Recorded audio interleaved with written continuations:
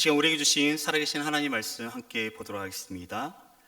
요한복음 4장 3절부터 14절까지 말씀입니다.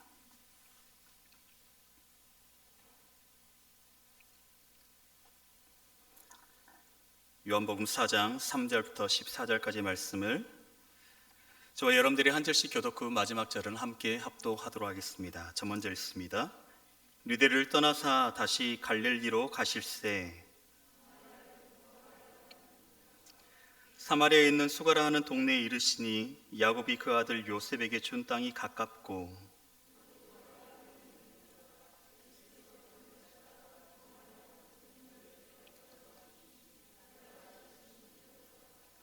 사마리아 여자 한 사람이 물을 기르러 왔음에 예수께서 물을 좀 달라 하시니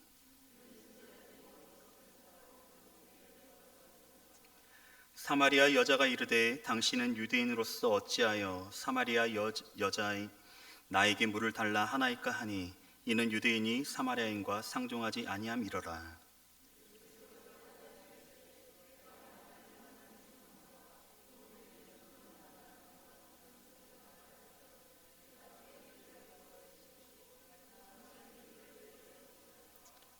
여자가 이르되 주여 물 기를 그릇도 없고 이 우물은 깊은데 어디서 당신이 그 생수를 얻겠사옵나이까.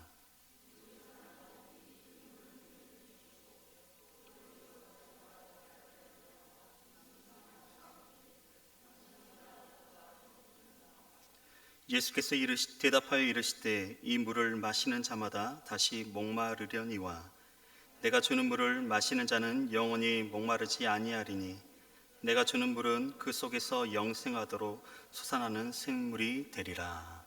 아멘. 할렐루야. 우리 옆에 있는 지혜들과 다시 한번 인사하겠습니다. 잘 오셨습니다.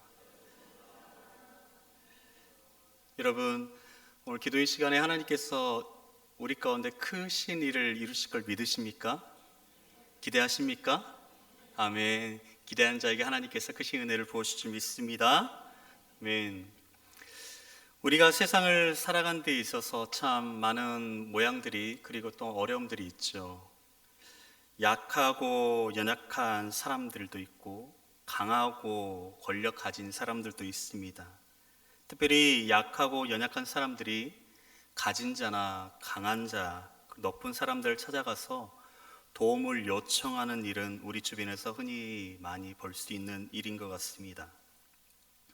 그러나 높은 사람이 가진 것들이 많은 사람이 가진 것이 없는 사람에게 찾아가고 그 사람에게 도움을 요청하는 것은 그리 흔한 모습은 아닌 것 같습니다.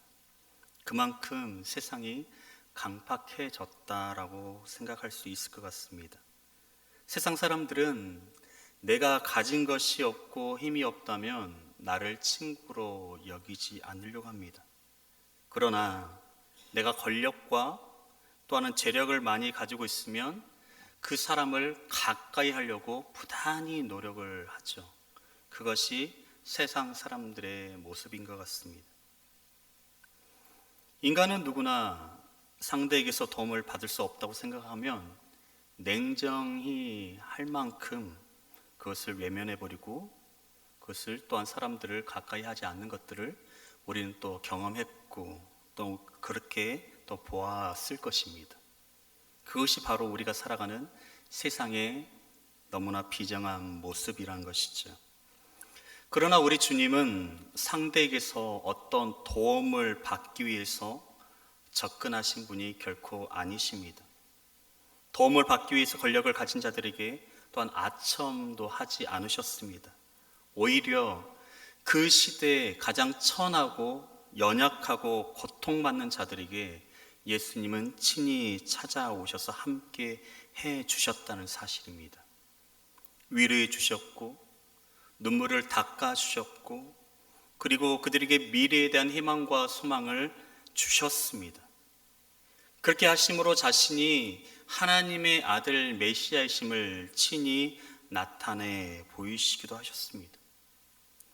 우리가 복음서를 읽게 되면 예수님께서 여러 지역들을 다니시면서 복음을 증거하셨던 사실들을 우리는 발견하게 됩니다. 그런데 문제는 예수님께서 아무렇게나 계획 없이 일을 하신 것이 아니란 것이죠. 자신의 어떤 분명한 목적과 의도를 가지시고 다니셨음을 우리는 성경을 통해서 발견하게 됩니다. 오늘 본문에서도 발견하게 되는 부분이죠. 4절 말씀을 보게 되면 예수님이 갈릴리로 가시면서 이렇게 성경은 기록하고 있습니다. 사마리아를 통과하여야 하겠는지라 라고 말씀하고 있습니다. 유대에서 갈릴리로 가장 빨리 갈 수 있는 길은 사마리아를 통과하는 길이었습니다. 당시 이 길 외에도 해변으로 가는 길과 요단강 동편의 베레아를 통과하는 길이 있었습니다.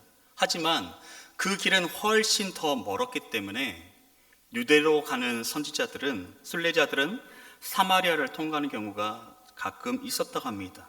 하지만 유대인들은 사마리아 사람들을 멸시했기에 그들과의 접촉을 피하기 위해서 더 멀더라도 베레아로 돌아가서 가는 경우가 많았다고 합니다. 무엇보다도 예수님께서는 사마리아를 통과하시는 것이 필히 그곳에서 되어져야 할 일이 있었음을 우리는 성경을 통해서 발견하게 되는 것이죠. 예수님께서 사마리아에 있는 수가라는 동네에 이르게 됩니다. 그리고 수가라는 동네에 야곱의 우물이 있는 곳에서 예수님은 사마리아 여인을 만나셨습니다. 그 여인을 만나자 예수님은 이렇게 말씀하셨습니다. 물을 좀 달라. 그 대답에, 그 질문에 그 여인은 이렇게 얘기합니다. 당신은 유대인으로서 어떻게 사마리아 여자인 나에게 물을 달라고 합니까? 라고 그는 물었습니다. 그 이유를 본문 9절에서는 유대인이 사마리아인과 상종하지 아니함이로라 라고 설명하고 있습니다. 이 같은 말씀을 이해하려면 그 시대 상황을 우리가 잘 이해할 필요가 있습니다. 사마리아인, 그들은 모두 아브라함의 자손이었고 가나안 정복 전쟁에 함께 참여했던 족속들이었습니다. 그럼에도 불구하고 유대인들과 사마리아인 사이의 적대감은 뿌리가 너무나 깊었습니다.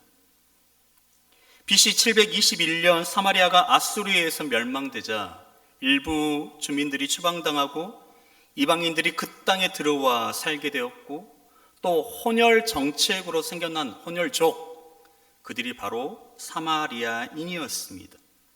또한 사마리아인들은 유대교와 우상 숭배의 혼합 종교를 그들은 수용하였습니다. 그리하여서 유대인들에게, 혈통을 중요시 여겼던 유대인들에게 보편적으로 개, 돼지 취급처럼 그들은 당하였습니다. 또한 반대로 사마리아 사람들은 유대인들을 적대시하였죠. 이런 사마리아 여인에게 예수님께서 접근하자 그 여인은 9절 말씀처럼 그렇게 얘기하고 있는 것입니다. 이런 역사적인 이유 때문에 당시 유대인들로부터 사마리아인들은 무시를 당했습니다. 당시 유대인들 가운데 대제사장, 장로들, 사두개인들, 세리들, 서기관들, 그 모두는 귀족층이었습니다. 이들은 당시 정치적 권력을 배경으로 정치적, 경제적 특권을 누리고 살았던 인물들이었습니다. 이들은 613개란 조항을 그들은 만들어서 방대한 생활 규제범으로 그들은 지키라 권하였습니다. 안식일에 관한 법만 해도 무려 39개 조항이나 되었다고 합니다. 이런 규례들은 다 준수하려면 어느 정도의 수준까지 그들은 살고 있는 기득권층들이 아니면 불가능하였다는 것입니다. 포도원 비유 중에 등장하는 노동자들인 하루벌이, 품카리꾼, 목동, 어부, 또들이, 장사꾼, 창기들, 그들에게는 도저히 이 법을 지키기 어려운 법이었다는 것이죠. 그렇기 때문에 법과 규례 자체가 일반 사람들의 삶을 전혀 무시한 것들이었다는 것입니다. 그래서 그 시대 때의 가난한 자, 연약한 자, 소외된 자 취급받았던 그 모든 사람들은 다들 죄의식 속에서 그들은 살아가야만 했다는 것입니다. 말 그대로 그들은 처절한 상황 속에서 살아갔다는 것이죠. 본문에 등장하는 수가성 우물가에 있는 이 여인도 이러한 맥락에서 보아야 합니다. 자신의 만족과 향락을 위해서 6번이나 결혼을 해야 하는 여인이라고 볼 수 있을 것입니다. 그러나 그 시대의 여인이라는 이유 때문에 이혼할 수 있는 권한은 없고 이혼을 당할 수밖에 없는 여인, 그래서 먹고 살기 위해서 그렇게 할 수밖에 없는 여인, 그런 가련한 모습의 여인이었다는 것입니다. 그런 여인에게 예수님은 오늘 본문을 통하여서 친히 찾아오셨습니다. 그 여인이 상징하는 것이 무엇이겠습니까? 그 시대 비참한 사람들, 가난한 사람들, 종교적 기득권에 있는 자들이 613개 조항을 만들어서 죄인으로 매장되어 있는 그들에게 예수님은 오늘 말씀 속에 친히 찾아오신 것입니다. 예수님은 그런 연약한 자들을 정죄하지 않으셨습니다. 오히려 모두가 버렸고 외면했던 그 죄인들을 예수님은 말없이 찾아오신 것입니다. 그래서 그들의 진정한 죄가 무엇인지를, 그리고 그 죄에서 구원받는 길을 예수님은 친히 가르쳐 주셨습니다. 희망과 소망의 길을 제시해 주셨다는 것이죠. 그 길이 바로 예수님 자신을 믿는 것이다 말씀하고 계시는 것입니다. 그러나 여러분, 이걸 아십니까? 예수님께서 가시는 곳마다 예수님의 소문을 인하여서 많은 사람들이 모여들어서 인산인해를 이루었습니다. 그러나 정작 그리스도를 만나고 돌아간 사람들은 아주 극소수에 불과하다는 사실입니다. 그들이 만난 것은 메시아가 아니라 한 놀라운 일을 행하는 한 인간 예수로 그들은 만났던 것입니다. 오늘도 마찬가지지 않을까 싶습니다.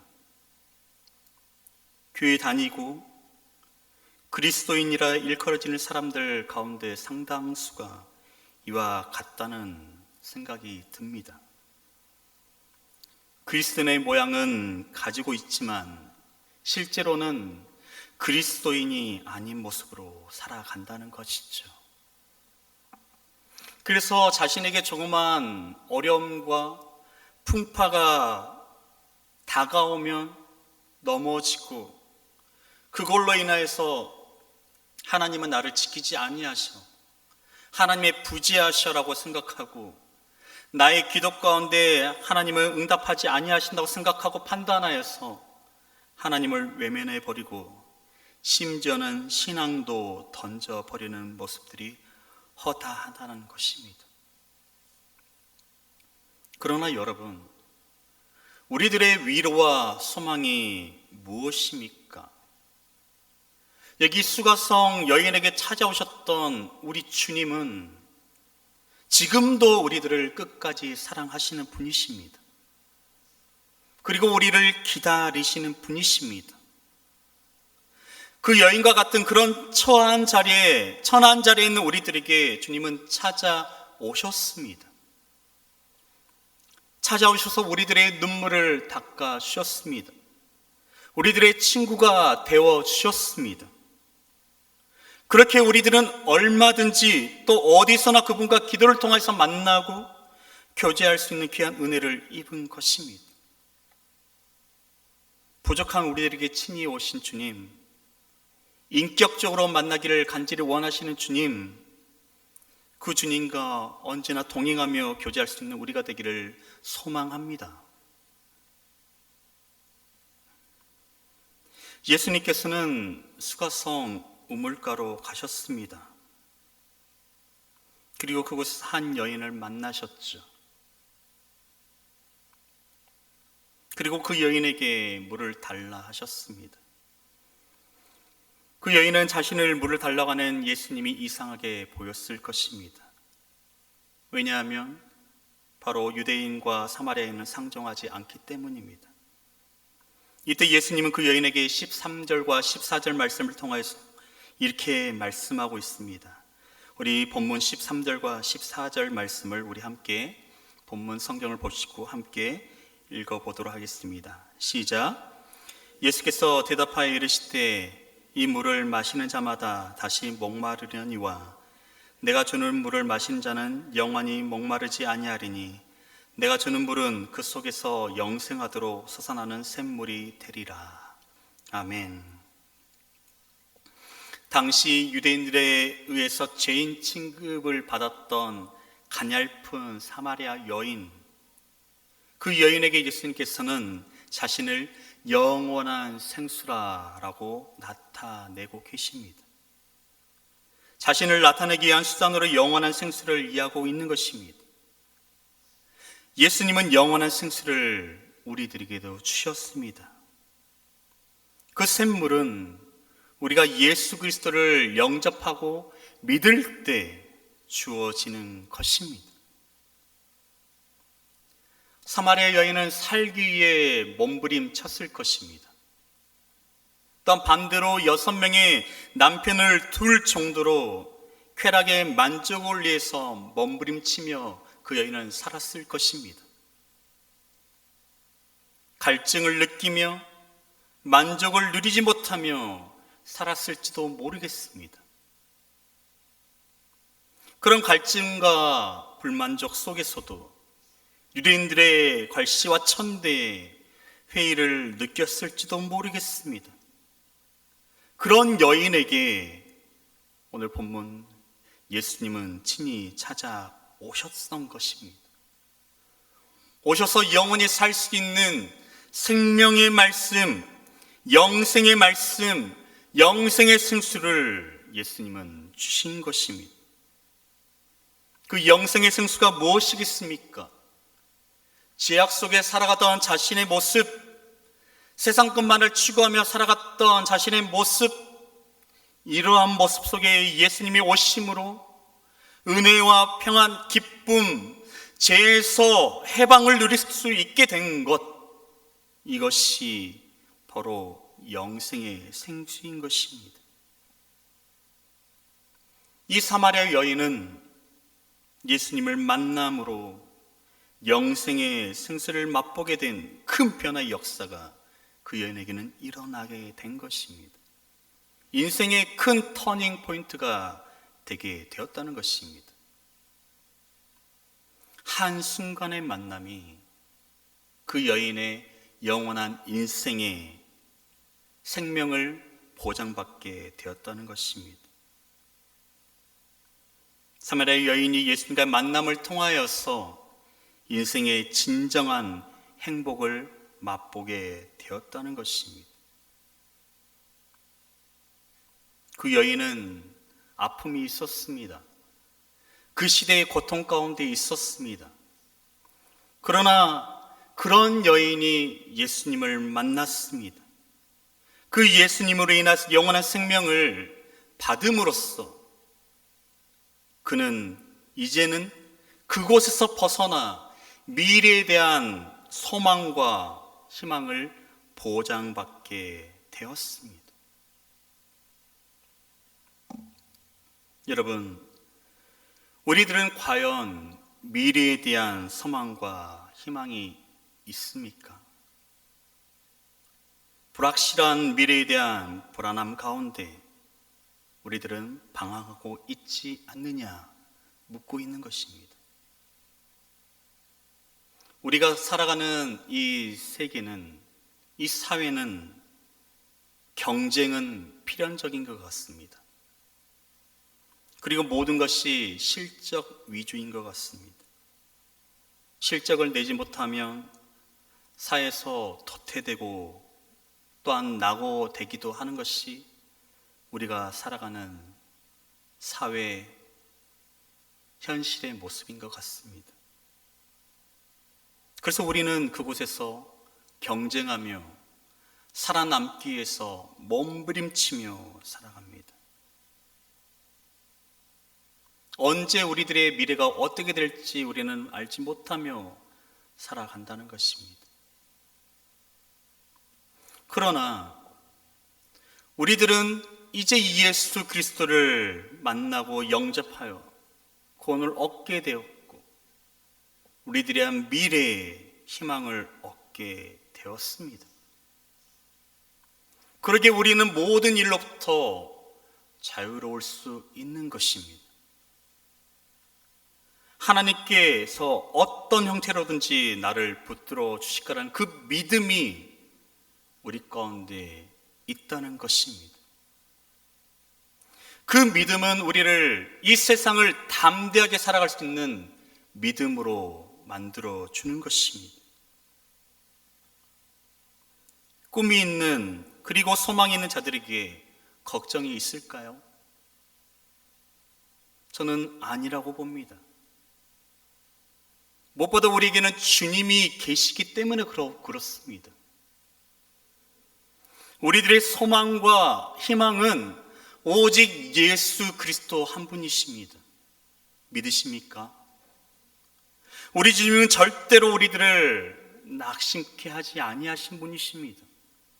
우리를 떠나지 아니하시고 우리를 외면치 아니하시는 분이십니다. 그러기에 우리는 그 안에 거하여 연약한 우리들의 모습이지만 우리 가운데 친히 찾아오신 그분을 인하여서 그 안에 거하여 우리가 더 멀리 바라보며 살아갈 수 있다는 것입니다. 사랑하는 성도 여러분, 우리 주님은 가난한 자들에게 찾아오셨습니다. 멸시와 조롱과 천대를 받는 자들에게 찾아오셨습니다. 그리고 친히 친구가 되어 주셨습니다. 위로자가 되어 주셨습니다. 미래에 대한 소망을 허락하여 주셨습니다. 여러분, 우리가 왜 불안해해야 합니까? 우리가 왜 낙심하며 살아가야 합니까? 그것은 우리가 진정으로 주님을 믿지 못하기 때문이 아닙니까? 주님이 우리의 소망이시고 우리의 희망이라고 우리는 고백하면서도 당장 우리 앞에 있는 많은 문제들 앞에서 우리는 여전히 불안해하고 있지는 않습니까? 주님이 우리 문제 가운데 반드시 응답하시고 반드시 일하실 것을 우리는 신뢰하면서도 우리는 여전히 불안해하고 있지는 않습니까? 그것은 우리가 주님을 100% 신뢰하지 않기 때문이 아닙니까? 여러분, 예수 그리스도를 믿는 자녀는 마음이 든든한 것입니다. 마찬가지로 우리 하나님 아버지를 믿고 모시는 우리들의 마음은 든든해야 하는 것입니다. 불안으로 떠올아서는 안 되는 것입니다. 희망이 보이는 것입니다. 모든 것에 그저 감사할 뿐인 것입니다. 더욱 모든 사람들을 사랑하고 싶어하는 마음들이 불릴 듯 일어나야 하는 것입니다. 나같이 연약한 자, 나같이 낮은 자에게 찾아오신 예수 그리스도, 그분으로 인하여서 우리가 희망을 얻었고, 그분으로 인하여서 우리가 미래에 큰 은혜를 덧입은 자가 되지 않았습니까? 우리의 눈을 뜨게 하신 예수 그리스도, 그 주님 앞에 우리가 항상 붙들려 있기를 소망합니다. 그분을 붙잡기를 소망합니다. 그분 안에 거하기를 소망합니다. 그래서 주님을 인하여서 이 세상을 진정한 위로와 승리를 맛보며 살아갈 수 있는 우리 귀한 성도님들 모두가 되기를 주님의 이름으로 축원드립니다.